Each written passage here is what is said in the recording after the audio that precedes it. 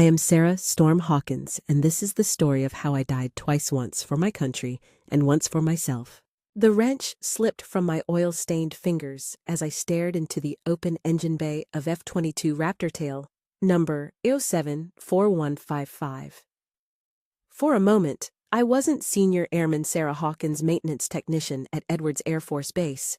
I was Captain Sarah Storm Hawkins, again pulling 7Gs in a vertical climb over hostile territory, my targeting computer locked onto the ninth and final enemy fighter that would make me the youngest female ace in Air Force history. The memory hit me like a physical blow, the weight of the flight suit, the taste of oxygen from my mask, the electric thrill of combat that made every nerve ending sing with purpose. Then reality crashed back calloused palms from gripping wrenches instead of control sticks, fingernails permanently stained with hydraulic fluid, and the suffocating weight of anonymity that had crushed my soul for 18 months. That was before Operation Thunderstrike, before I officially died. Before I traded my captain's bars for grease under my fingernails and the endless grinding routine of maintaining aircraft I was no longer allowed to fly. Earth to Hawkins. Technical Sergeant Mike Torres appeared beside me, his weathered face creased with concern. "You've been staring at that engine for 5 minutes without moving. What's eating you?" I forced myself back to the present, grabbing my diagnostic tablet with hands that trembled slightly. "Just tired, Mike. Long night." Torres studied me with those perceptive brown eyes that had made him such a good friend over the past 18 months. We'd shared countless late-night conversations over bad coffee in the hangar, talked about everything from his daughter's soccer games to my carefully fabricated backstory about growing up in Ohio. He was the closest thing to family I had in this borrowed life, and I hated lying to him every single day. "You know, Sarah, sometimes I watch you work on these birds and I swear you're not just fixing them. You're remembering them, like you've been inside one before." He paused, choosing his words carefully. "And another thing, why did you turn down that promotion to Nellis last month? Most techs would kill for that opportunity. Better pay, advancement opportunities, chance to work on experimental aircraft." My chest tightened. Torres was getting too close to truths I couldn't share. The real reason I'd turned down the promotion was that leaving Edwards would mean abandoning my midnight simulator sessions, the only thing keeping me sane in this suffocating existence. "I like it here, Mike. Why mess with a good thing?" What I couldn't tell him was that every night after lights out, I snuck into the advanced flight simulator using classified access codes that the Pentagon had never officially revoked. Those stolen hours in the cockpit were the only time I felt like myself flying combat scenarios that kept my reflexes sharp and my tactical awareness honed. Without those flights, I wasn't Sarah Hawkins, the maintenance tech. I was just a ghost haunting hangars watching younger pilots climb into cockpits that should have been mine. The loneliness was the worst part. Not just the isolation of keeping secrets, but the deeper ache of watching F-22s take off for missions where my experience could save lives while I remained grounded by circumstances beyond my control. Every departing aircraft felt like a piece of my soul being torn away. At home, hidden behind a false panel in my bedroom closet, I kept the medals from Operation Thunderstrike, Distinguished Flying Cross Silver Star, and the classified commendation for 9 confirmed kills in airspace that officially didn't exist. Sometimes, when the suffocating weight of anonymity became unbearable, I'd hold them and try to remember what it felt like to be someone who mattered, someone whose skills and courage meant something to the world. The base alarm system crackled to life at exactly 0558 hours. "Attention all personnel. Radar anomalies detected on multiple vectors. Increased alert status authorized." My hands froze on the diagnostic screen as my combat instincts instantly activated. The pattern was unmistakable, coordinated electronic warfare signatures, probing our outer defenses with the systematic precision of a military operation. My heart began pounding as muscle memory kicked in, analyzing threat vectors and approach patterns with the instinctive precision that had kept me alive through 37 combat missions. Torres, how current are you on Shadow Vanguard intelligence briefings? He looked up from his clipboard, surprised by the sudden intensity in my voice. That international terrorist cell that's been hitting military installations across 3 continents pretty current. Intelligence says they've somehow acquired stolen military aircraft and advanced jamming equipment. Their attacks have been getting more sophisticated. Why do you ask? Before I could answer, the base-wide emergency system exploded across Edwards. All personnel. Confirmed hostile aircraft approaching restricted airspace. 4 unidentified fighters from Shadow Vanguard terrorist organization, bearing 270 altitude 30,000 feet. This is not a drill. Torres dropped his clipboard, his face going pale as the implications hit him. Holy shit, Sarah. They're actually hitting Edwards. This is where we develop next-generation aircraft. If they destroy our classified programs, the announcement continued with increasing urgency. All F-22 pilots report for immediate scramble. Classified programs are under direct threat. Estimated time to target 15 minutes. Captain Janet Viper Morrison sprinted past our station, already pulling on her flight gear with the focused intensity of a combat pilot preparing for battle.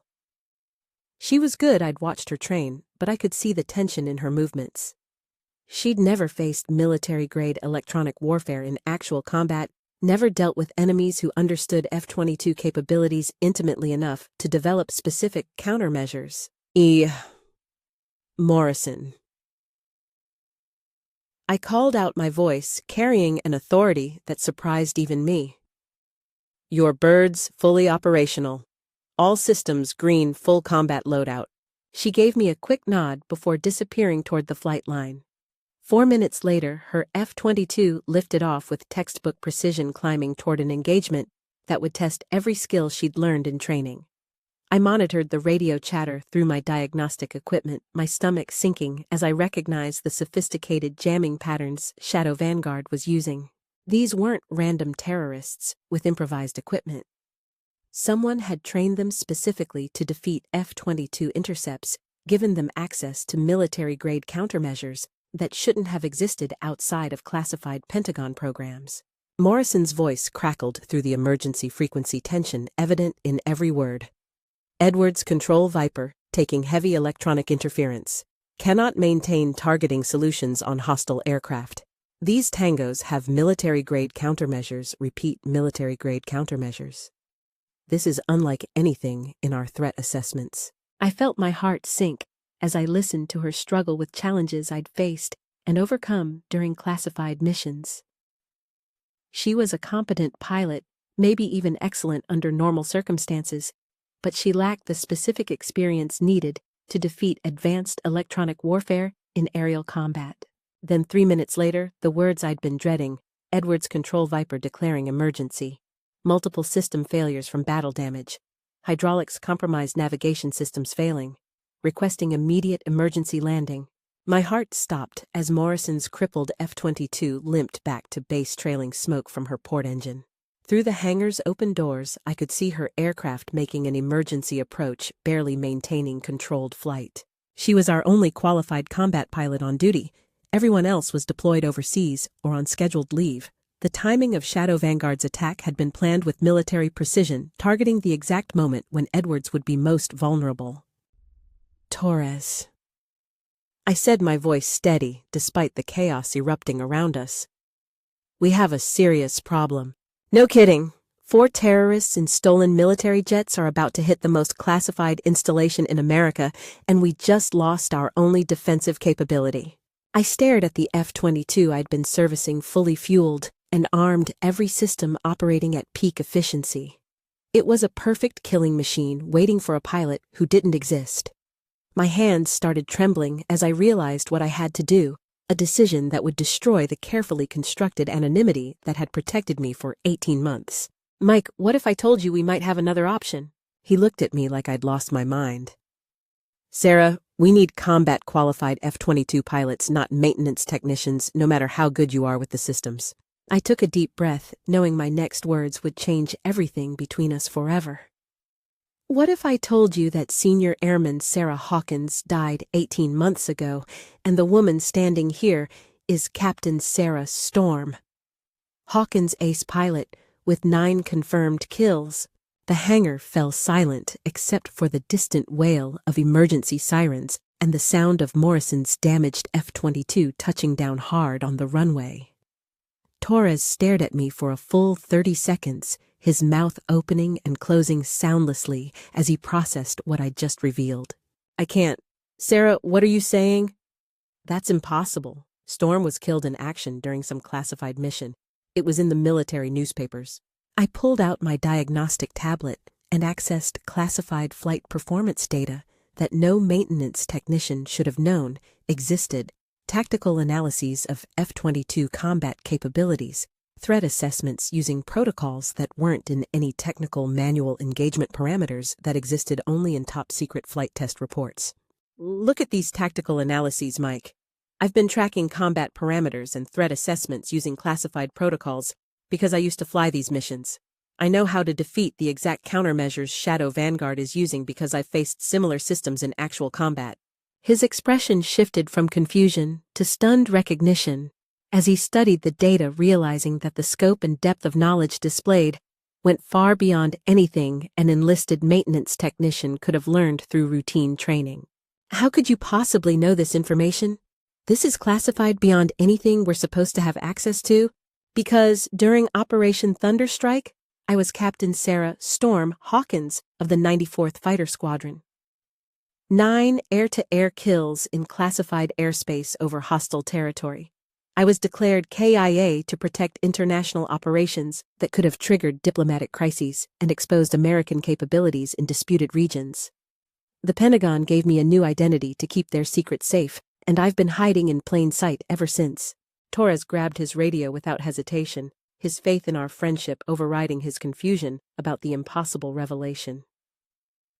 "Colonel Franklin, this is Sergeant Torres on the flight line. You need to get down here immediately. We might have a solution to our pilot shortage, but you're going to think I've lost my mind." Colonel Franklin arrived expecting routine crisis management, not to have his understanding of military personnel records completely overturned. When he saw me standing at attention with military bearing, I'd hidden for 18 months, his expression changed from irritation to confusion to dawning recognition. "Sergeant Torres, explain what's so urgent that you're pulling me away from coordinating our defense against a terrorist attack." "Colonel Franklin." I interrupted, stepping forward with the confidence of an officer addressing a superior. "My name is Captain Sarah Storm Hawkins.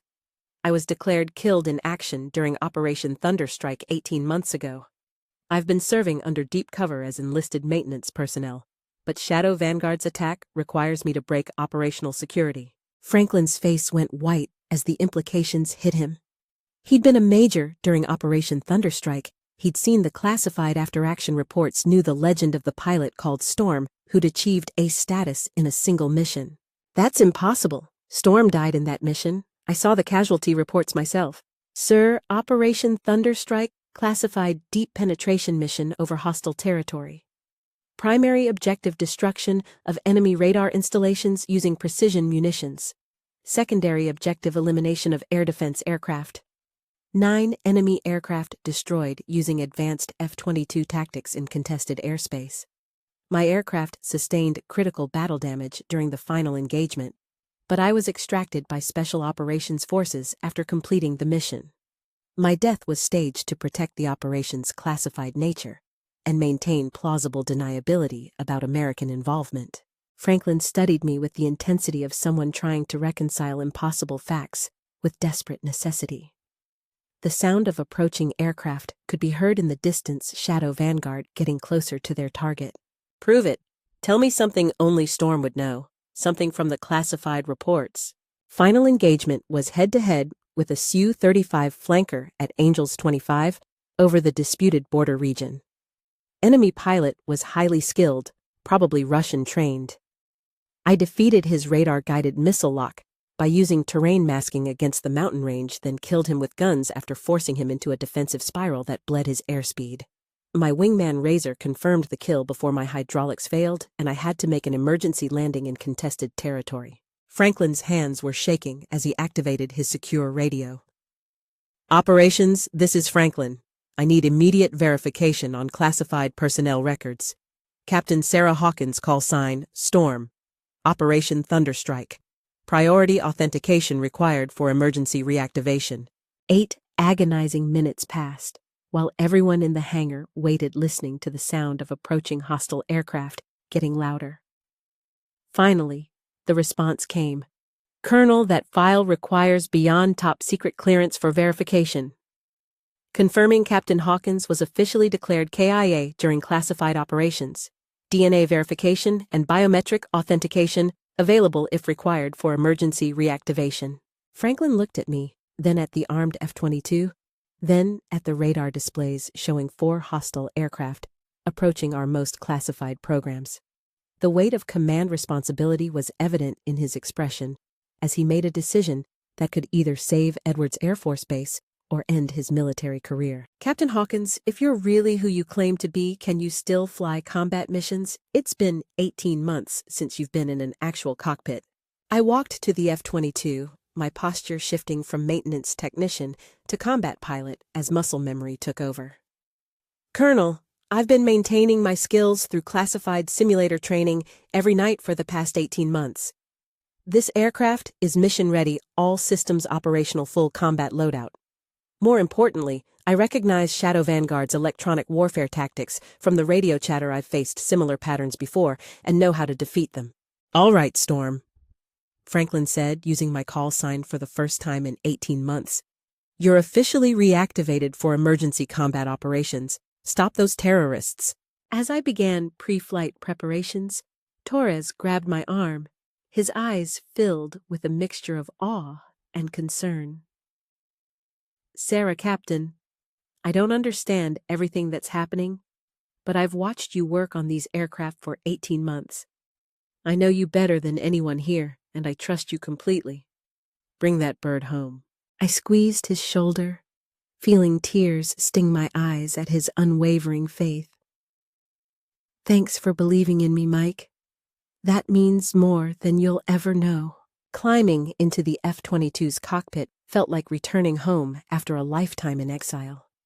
My hands found controls without conscious thought, muscle memory taking over as I powered up systems I'd dreamed about every night for 18 months. The familiar weight of the helmet, the smell of the oxygen system, the responsive feel of the flight controls. Everything came flooding back with crystal clarity. Storm to Edwards Control, requesting immediate clearance for combat air patrol. Storm, this is Edwards Control. Franklin's voice carried a mixture of wonder and authority as he spoke my call sign over the radio for the first time since my supposed death. You're cleared for takeoff runway 27. Show these terrorists what happens when they threaten America. The F-22 accelerated down the runway with smooth power that I'd missed desperately, and as the wheels left the ground, I felt 18 months of suffocating anonymity fall away like a discarded flight suit. The sensation of controlled flight, of commanding the most advanced fighter aircraft ever built, brought tears of joy to my eyes. I was Storm again. At 30,000 feet, my radar painted 4 hostile aircraft in perfect attack formation, approaching Edwards with professional precision that confirmed my worst fears. These weren't amateur terrorists. They were flying with military discipline, using advanced countermeasures that suggested professional training. As I maneuvered for my first engagement, positioning myself to take advantage of their formation's weaknesses, my radio crackled with an unexpected transmission on a frequency that shouldn't have existed outside of classified operations. Well, Storm rises from the dead. My blood froze as I recognized the voice. That accent, that tone of cold professionalism mixed with personal hatred, it was impossible but unmistakable. Surprised Storm, Dmitry Volkov sends his regards from beyond the grave. We've been hunting you for 18 months, waiting for the right moment to draw you out of whatever hole you've been hiding in. Volkov, the Russian pilot I'd tangled with during Operation Thunderstrike, the only enemy who'd ever come close to killing me in aerial combat. He'd escaped when his wingman died, swearing revenge against the American pilot who'd humiliated him. I'd assumed he was dead, killed in some subsequent operation. But apparently, He'd found new employers and a new opportunity for vengeance. This entire operation was planned specifically to force you into the open storm. Your death was convenient for operational security, but we knew you were too proud to stay hidden forever. Too skilled to resist the call when innocent lives were at stake. The game had changed completely. This wasn't about protecting Edwards anymore, this was personal.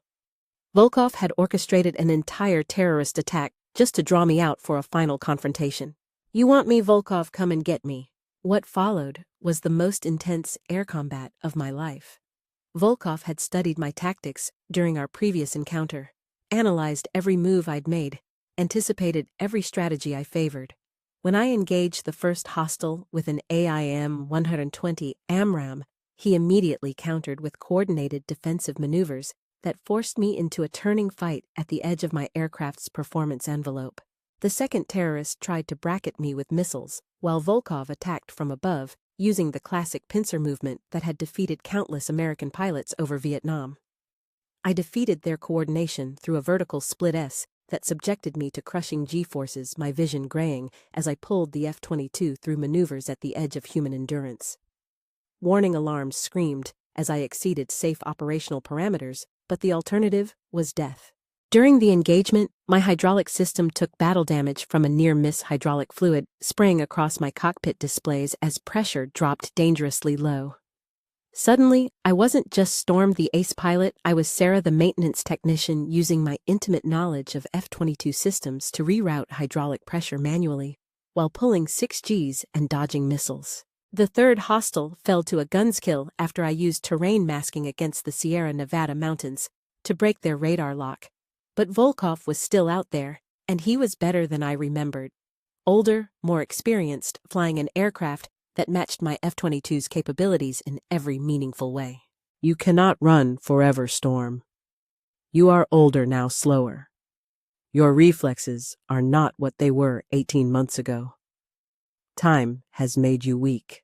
He was right partially, but he'd made one crucial mistake. He remembered the pilot I used to be, not the person I'd become. 18 months of maintenance work had given me knowledge of F-22 capabilities that even test pilots didn't possess. I understood every system, every limitation, every hidden capability that existed only in classified technical manuals. I began flying the aircraft outside normal parameters using system redundancies and performance margins that existed only on paper. When Volkov tried to force me into a vertical climb, his favorite killing move from our previous encounter, I instead cut power and used the F-22's advanced flight controls to maintain controlled flight at impossibly low speeds. The maneuver confused his targeting system just long enough for me to reverse our positions, but instead of taking the shot immediately, I waited, letting him think he'd escaped, drawing him into overconfidence. You have lost your killer instinct, Storm. The old you would have taken that shot. The old me didn't have 18 months to think about the consequences of killing. My final missile strike caught him completely off guard as he tried to disengage the AIM-120, finding its target with lethal precision. The explosion lit up the California sky, ending an 18-month nightmare with the flash of justice finally served. Edwards control, Storm. All hostile aircraft neutralized. The nightmare is over. When I landed, Torres was the first person to reach my aircraft. As I climbed out of the cockpit, exhausted but victorious, he saluted me with tears streaming down his face. Welcome home, Captain. Colonel Franklin approached, his expression mixing relief with amazement. Storm, that was the most incredible flying I've ever witnessed. How did you manage to defeat 4 aircraft single-handedly when Morrison couldn't handle even one? A combination of who I used to be and who I became, sir. Sometimes you have to lose everything to discover what you're truly capable of. 3 hours later, I sat in Franklin's office while he explained the situation to Pentagon officials over secure video. Instead of court-martial for breaking operational security, I was officially reinstated to active duty with full honors and immediate promotion to major. Operation Thunderstrike remained classified, but my service record was quietly restored with commendations for both my original mission and today's defense of Edwards. Major Hawkins. The general on screen said, "Your actions today saved not just Edwards Air Force Base, but several classified programs vital to national security. The knowledge and experience you've gained during your time underground makes you uniquely qualified for advanced training programs. Welcome back to the fight. That evening, Torres and I stood beside my F-22 as the sun set over the California desert, painting the sky in shades of gold and crimson that reminded me why I'd fallen in love with flying in the first place. He'd learned the truth about my past, but more importantly, he'd seen who I really was when it mattered most. "You know, I always suspected there was more to you than met the eye," he said. "The way you looked at these aircraft, the knowledge you had that went beyond training, but a legendary ace pilot that never crossed my mind." I placed my hand on the F-22's wing, feeling the warm metal beneath my palm, still radiating heat from our combat mission. "Mike, for 18 months, I thought I'd lost everything that mattered to me. My identity, my purpose, my place in the world. But today, I learned something important. You don't lose who you are when circumstances force you underground. You just discover new ways to be that person." So what happens now? Back to the glory and recognition? I smiled, feeling a peace I hadn't experienced since before Operation Thunderstrike. Now I get to do what I was born to do, fly, fight, and protect the people and freedoms that make it all worthwhile. But I'll never forget the lesson these 18 months taught me. Sometimes the most important battles are the ones we fight to remain true to ourselves, even when the world insists we become someone else. The stars were appearing in the darkening sky, and somewhere among them were pilots who would never know how close they'd come to losing the freedoms they defended. That knowledge was enough. That was everything. I was Storm again, but I was also Sarah, the woman who'd learned that heroes aren't just made in the cockpit, but in the choice to keep fighting even when victory seems impossible and recognition is forbidden. Some battles are won in the sky, but the most important ones are won in the heart, where we decide who we are and who we choose to remain no matter what the world demands of us. The greatest victory isn't always the one that gets recorded in history books. Sometimes it's the quiet triumph of maintaining your skills and values in darkness, waiting for the moment when they're needed to protect others. Sometimes it's learning that identity isn't about rank or recognition. It's about the commitment to serve something greater than yourself, regardless of who gets the credit.